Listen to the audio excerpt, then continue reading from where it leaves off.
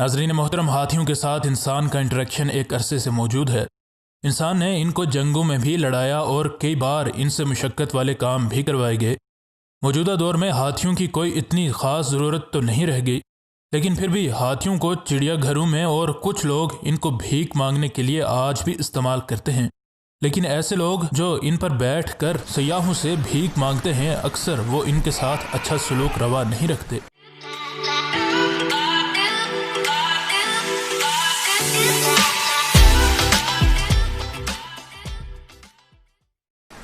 ایسی ہی کہانی ایک ہاتھی کی ہے جس کو 50 سال تک کئی لوگوں نے سیاحوں سے بھیک لینے کے لیے استعمال کیا۔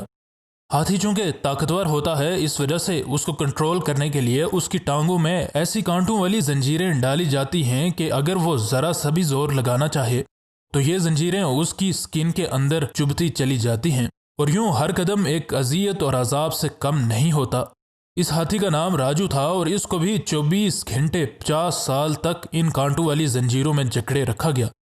اور کہا جاتا ہے کہ جب وائلڈ لائف کنزرویشن والوں نے اس ہاتھی کی ٹانگوں سے زنجیریں کھولیں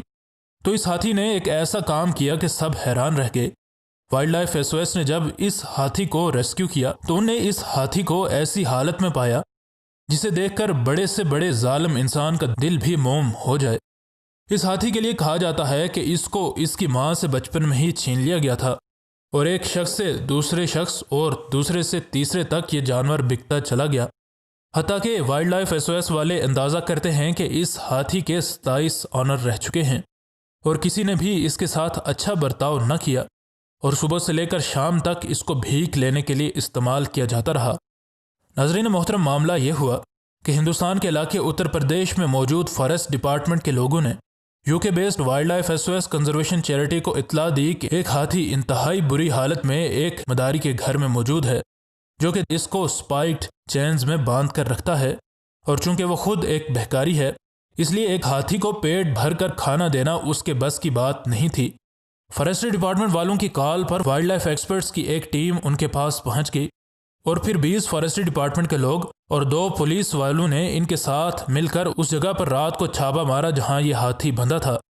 جب اس ہاتھی کو ریسکیو کرنے کے لیے ٹیم پہنچی تو اس وقت وہ اتنا بھوکا تھا کہ اس کے سامنے جب کوئی کاغذ اور کارڈ بورڈ کیا جاتا تھا تو وہ اسے بھی کھانے کی کوشش کرتا تھا۔ اس ہاتھی کو پیٹ بھر کر کھانا نہ ملنا اس کی کمزوری کی سب سے بڑی وجہ تھی، اور اکثر یہ ہاتھی بھوکا ہی رہتا تھا۔ اس جگہ ان لوگوں کو سب سے زیادہ خطرہ اس کے مالک سے تھا، جو کہ اپنے اس غلام کو ہر صورت آزادی سے بچانا چاہتا تھا۔ جب ان لوگوں کو یہ ہاتھی ملا تو اس کے جسم پر جگہ جگہ ان اذیتوں کے نشان تھے جن سے اس کے سابقہ مالکان نے اسے گزارا تھا۔ پھر ان لوگوں نے ایک ایک کر کے اس کی ٹانگوں سے زنجیریں اتارنا شروع کر دیں۔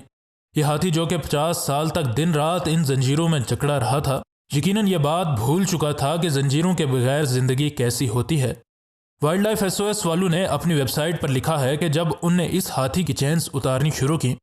تو اس ہاتھی کی آنکھوں سے آنسو بہنے لگے، جو کہ دیکھ کر نہ صرف سب حیران ہوئے بلکہ سب کو بے حد دکھ بھی ہوا۔ انہوں نے مزید کہا کہ ہم نے ساری رات لگا کر اس کی ٹانگوں کے اندر تک گھسی ان کانٹوں والی زنجیروں کو نکالا، لیکن اس کا مالک اس کام سے بالکل بھی خوش نہیں تھا۔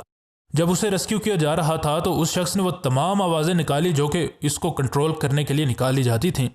لیکن پھر بھی اس ہاتھی نے اپنے مالک کے ساتھ کوآپریٹ نہیں کیا، کیونکہ یقیناً یہ ہاتھی بھی ان کانٹوں والی زنجیروں سے تنگ تھا۔ جب اس ہاتھی کو ٹرک پر لوڈ کیا جانے لگا تو ان لوگوں نے ریسکیورز کا راستہ بھی روکنے کی کوشش کی، لیکن وہ اپنی تمام تر کوششوں میں ناکام رہے۔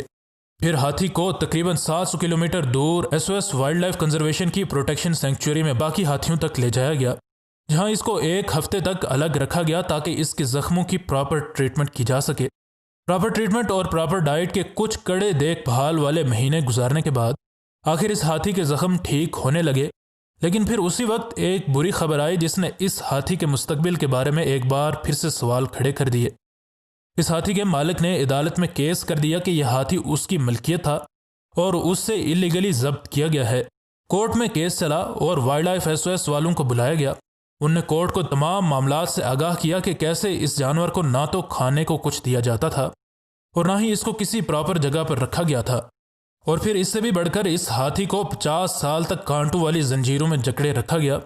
جو کہ جلد کے اندر تک دھنسی ہوتی ہیں اور ہر قدم اذیت ناک بنا دیتی ہیں۔ خیر کورٹ نے کیس سننے کے بعد اس ہاتھی کو واپس اس کے مالک کو دینے سے انکار کر دیا اور کہا کہ یہ ہاتھی اب وائلڈ لائف SOS کے پاس ہی رہے گا،